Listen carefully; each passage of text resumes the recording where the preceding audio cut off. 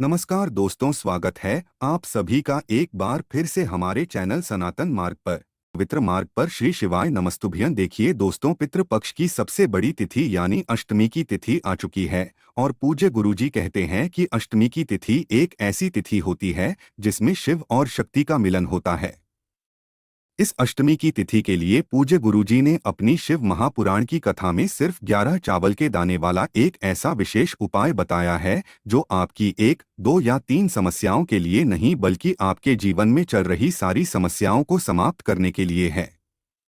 अगर आप धन प्राप्ति नहीं कर पा रहे हैं या फिर आप अपने व्यापार को, अपने बिजनेस को अच्छे से नहीं चला पा रहे हैं या फिर आप नौकरी नहीं प्राप्त कर पा रहे हैं और अगर आपकी नौकरी लग भी गई है तो आप उस नौकरी में प्रोन्नति नहीं कर पा रहे हैं या फिर आपके घर में लड़ाई झगड़ा बहुत होता है, आपस में तनाव की स्थिति बहुत रहती है या फिर आपके शरीर में किसी भी प्रकार का कोई रोग हो गया है और या फिर जीवन में कोई भी समस्या चल रही है, तो पूज्य गुरुजी ने कहा कि इन सारी समस्याओं के लिए आपको सिर्फ ये छोटा सा उपाय जरूर करना चाहिए।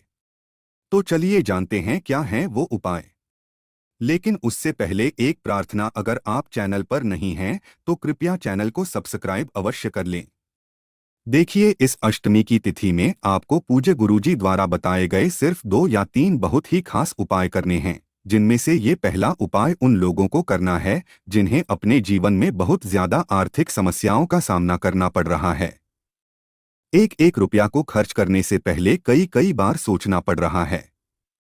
धनगर उनके पास आ भी रहा है तो कहीं रोग में, कहीं बीमारी में खर्च हो जाता है, तो ऐसे लोगों को ये पहला उपाय करना है। इस उपाय को बताने से पहले सामने स्क्रीन पर आपको एक प्रश्न दिखाया जा रहा है। इसमें आपको बताना है कि महादेव के बड़े पुत्र का क्या नाम है, श्रीनेश जी या फिर श्री कार्तिकेय जी। इनमें से जो भी उत्तर सही हो वो आप कमेंट करके जरूर बताइएगा। चलिए आप बात करते हैं गुरु जी के इस पहले खास उपाय के बारे में। इस उपाय के लिए आपको एक लोटा जल ले लेना है। लोटा आप इस स्टील का लीजिएगा, आपको तांबे का या फिर और कोई भी धातु का लोटा नहीं लेना है। आप सिर्फ स्टील का लोटा लेंगे। ये पूरा लोटा आप जल से भर लेंगे। आपके किचन में जो भी पानी रखा हुआ हो, चाहे बाल्टी में रखा हो चाहे मटके में रखा हो, उस जल को आप इसे एक लोटे में पूरा भर लेंगे और साथ ही साथ इसमें 1 चम्मच या 2 चम्मच कच्चा गाय का दूध मिला लेंगे। फिर इसी के साथ आपको लेना है सिर्फ 11 चावल के दाने। 11 चावल के दाने जो भी आप लेंगे वो कहीं से भी खंडित नहीं होने चाहिए, टूटे हुए नहीं होने चाहिए। अब ये सारी सामग्री लेकर आपको पहुंच जाना है शिवालय। पूज्य गुरुजी ने कहा कि इस अष्टमी की तिथि में आप ये उपाय सुबह भी कर सकते हैं और शाम को भी कर सकते हैं। शाम को अगर प्रदोष काल में करना चाहे तो उस समय भी आप ये उपाय कर सकते हैं। देखिए, पहला उपाय सिर्फ धन प्राप्ति के लिए है और अभी जो आगे आपको दूसरा एक उपाय बताया जाएगा वो उपाय आपकी सारी समस्याओं के लिए है। पूज्य गुरुजी ने उस उपाय को बताते समय कहा था कि आपके जीवन की ऐसी कोई समस्या नहीं है जो उस उपाय से दूर नहीं की जा सकती है, इसलिए आपको दूसरा उपाय जरूर करना चाहिए। चलिए पहले इस उपाय के बारे में जान लेते हैं। अब ये सारी सामग्री लेकर आप शिवालय पहुंच गए। आपको शिवालय पहुंचने के बाद सबसे पहले ये जो 11 चावल के दाने हैं इनको एक एक करके इस एक लोटे जल में डाल देना है और एक एक करके ही आप श्री शिवाय नमस्ते ब्रह्म मंत्र का स्मरण करते जाएं। यानी 11 चावल के दाने आप डालते हुए 11 बार श्री शिवाय नमस्ते बे मंत्र का स्मरण कर लीजिए। फिर उसके बाद ये जल आपको शिवलिंग के ऊपर धीरे धीरे समर्पित करते जाना है और समर्पित करते हुए आप ओम नमः शिवाय या फिर श्री शिवाय नमस्तुभ्यं इन दोनों में से किसी भी एक मंत्र का जाप करते जाएगा। पूज्य गुरुजी ने कहा कि इसके बाद जलाधारी से जो जल नीचे गिर रहा है उस जल को आप किसी पात्र में थोड़ा सा जरूर ले लीजिएगा। आप चाहे तो इसी लोटस में ले लीजिए। आप ये जल लेने के बाद आपको महादेव से प्रार्थना कर लेनी है। जी, आपके जीवन में जो धन से संबंधित समस्याएं चल रही हैं उनको दूर करने की कृपा करें और फिर ये जल लेकर आपको अपने घर पहुंच जाना है। आप सबसे पहले इस जल का थोड़ा छिड़काव आप अपने घर के बाहर कर देंगे। आपके घर का जो मेन गेट है उसके बाहर आप किसी भी स्थान पर थोड़ा सा छिड़काव कर दीजिए और श्री शिवाय नमस्ते ब्रह्म मंत्र का स्मरण कर लीजिए। फिर इसके बाद थोड़ा सा छिड़काव आप अपने किचन में जो पीने वाला पानी रखते हैं, आपके किचन में चाहे आरओ लगा हुआ हो, चाहे बाल्टी रखी हो और चाहे मटका रखा हो, तो वहीं पर आपको थोड़ा सा जल का छिड़काव कर देना है और श्री शिवाय नमस्ते बे मंत्र का स्मरण कर लेना है। फिर इसके बाद आपको तीसरे नंबर पर अपनी तिजोरी के आसपास कहीं पर जल का छिड़काव कर देना है। आप चाहें तो जहां पर पैसा रखते हैं वो जो तिजोरी है उसके आसपास थोड़ा सा जल का छिड़काव कर लीजिए और या फिर तिजोरी के ऊपर थोड़ा सा जल का छिड़काव कर लीजिए। जल का छिड़काव करते हुए आप लगातार श्री शिव ध्यानम सुबह मंत्र का स्मरण करते जाएगा। गुरुजी ने बताया कि अगर हम इस शुक्रवार की अष्टमी के दिन ये विशेष उपाय करते हैं तो हमारे जीवन से धन धान्य की समस्या हमेशा के लिए समाप्त हो जाएगी। अब इसके बाद बात करते हैं पूज्य गुरुजी द्वारा बताए गए दूसरे सबसे खास उपाय के बारे में। अष्टमी की तिथि में इस उपाय से बेहतर कोई भी उपाय हो ही नहीं सकता। अगर आपके शरीर में कोई रोग हो गया है या फिर आप अपने धन की समस्या से परेशान हैं, व्यापार अच्छे से नहीं चल रहा है, नौकरी में कोई समस्या आ गई है, घर में लगातार लड़ाई झगड़ा होता रहता है, बच्चे आपकी बात नहीं मानते हैं, उनका गलत व्यवहार होने लगा है, तो आपके जीवन में कैसी भी समस्या चल रही हो, पूज्य गुरुजी ने कहा सिर्फ आप ये एक उपाय करिएगा और फिर हमें पत्र जरूर लिखिएगा। देखिए, इस उपाय के लिए आपको एक लोटा जल ले लेना है। लोटा आप तांबे का ले लीजिएगा और जल आप अपने किचन से ही लीजिएगा, क्योंकि पितृपक्ष चल रहा है, इसलिए आपको ये एक लोटा जल अपने किचन से ही लेना है। इसके बाद आपको एक बेलपत्र ले लेनी है। अगर आपके पास बेलपत्र नहीं है तो आप शिवलिंग के ऊपर चढ़ी हुई बेलपत्र को उठाकर जल से शुद्ध करके फिर उसका इस्तेमाल भी कर सकते हैं।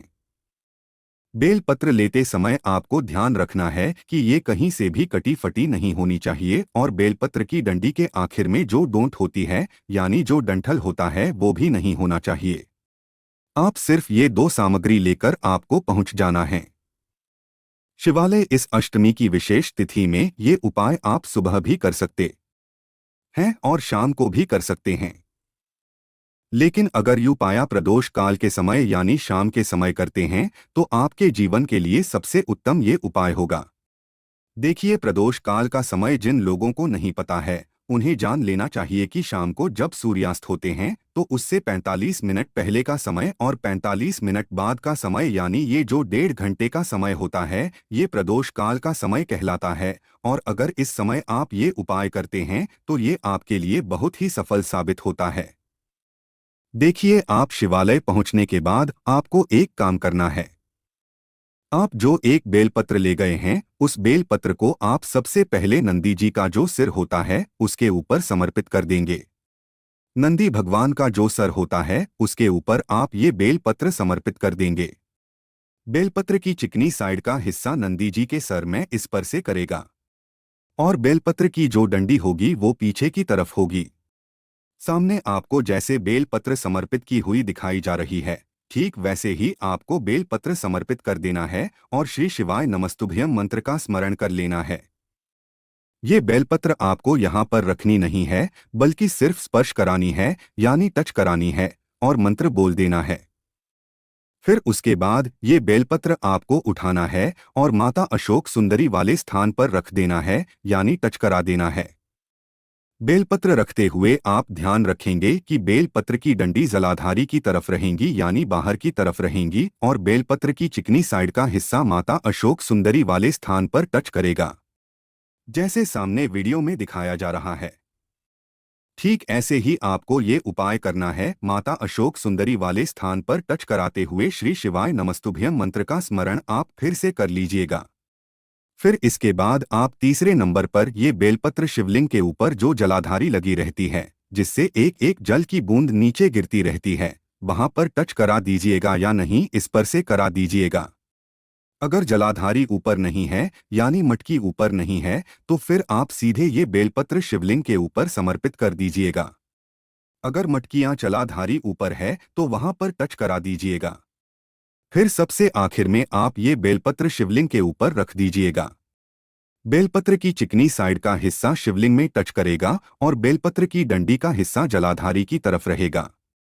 बेलपत्र रखते हुए आपके जीवन की जो भी समस्या है, जिस भी समस्या के लिए आप ये उपाय कर रहे हैं, उस समस्या को दूर करने के लिए आप दूधेश्वर महादेव से प्रार्थना कर लीजिएगा। कौन से महादेव? अवधूतेश्वर महादेव से प्रार्थना कर लीजिएगा। उसके बाद आप जो एक लोटा जल लेकर गए हैं, उस जल को इसी बेलपत्र के ऊपर धीरे धीरे समर्पित करते जाइए और लगातार अवधूतेश्वर महादेव का स्मरण करते जाइए। फिर जलाधारी से जो जल नीचे गिर रहा है, उसको आप किसी पात्र में ले लीजिए और ये जल लेकर आप पहुंच जाइए अपने घर। अब आप अपने घर में जो पीने वाला पानी अपने किचन में रखे हुए हैं, यानी आपका जहां आरओ लगा हुआ है या फिर जहां मटकी या बाल्टी रखी हुई है जिसमें आपका पीने वाला पानी है, उस पीने वाले पानी में आपको ये जल मिला देना है और फिर इस पूरे जल का आप सभी को आचमन करना है। अगर आपके बच्चे बिगड़ रहे हैं तो बच्चों को ये पानी पिलाएं।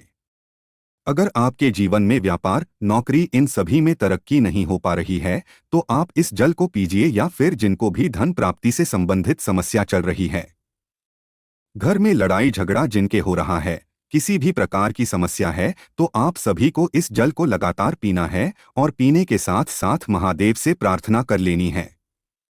पूज्य गुरुजी ने कहा कि अगर हम इस शुक्रवार की अष्टमी में ये विशेष उपाय करते हैं तो हमारे जीवन के सारे संकट, सारे कष्ट अब दूधेश्वर महादेव की कृपा से बहुत ही जल्द समाप्त हो जाते हैं। तो आपको ये विशेष उपाय शुक्रवार की अष्टमी में करने से बिल्कुल भी नहीं चूकना है। अब इसके बाद बात करते हैं सबसे आखिरी और सबसे चमत्कारी उपाय के बारे में, जो शुक्रवार के दिन आपको सिर्फ 2 इलायची से करना है, क्योंकि शुक्रवार का दिन माता लक्ष्मी को समर्पित होता है और इलायची के द्वारा किया गया उपाय माता लक्ष्मी को बहुत ही प्रिय होता है और माता लक्ष्मी हमारे जीवन में धन धान्य की वृद्धि करती है। देखिए, इस उपाय के लिए आपको सिर्फ 2 हरी इलायची लेनी है और साथ ही साथ थोड़ा सा शहद लेना है। थोड़ा सा शहद, आप 1 चम्मच शहद ले लीजिएगा। देखिए, 2 इलायची आप जो लेंगे वो हरी इलायची बिल्कुल होनी चाहिए, क्योंकि दुकानों में इलायची सूख जाती है और वो हरी इलायची ना होकर कुछ पीले रंग की हो जाती है। तो आपको ध्यान रखना है कि आप हरी इलायची ही लेंगे।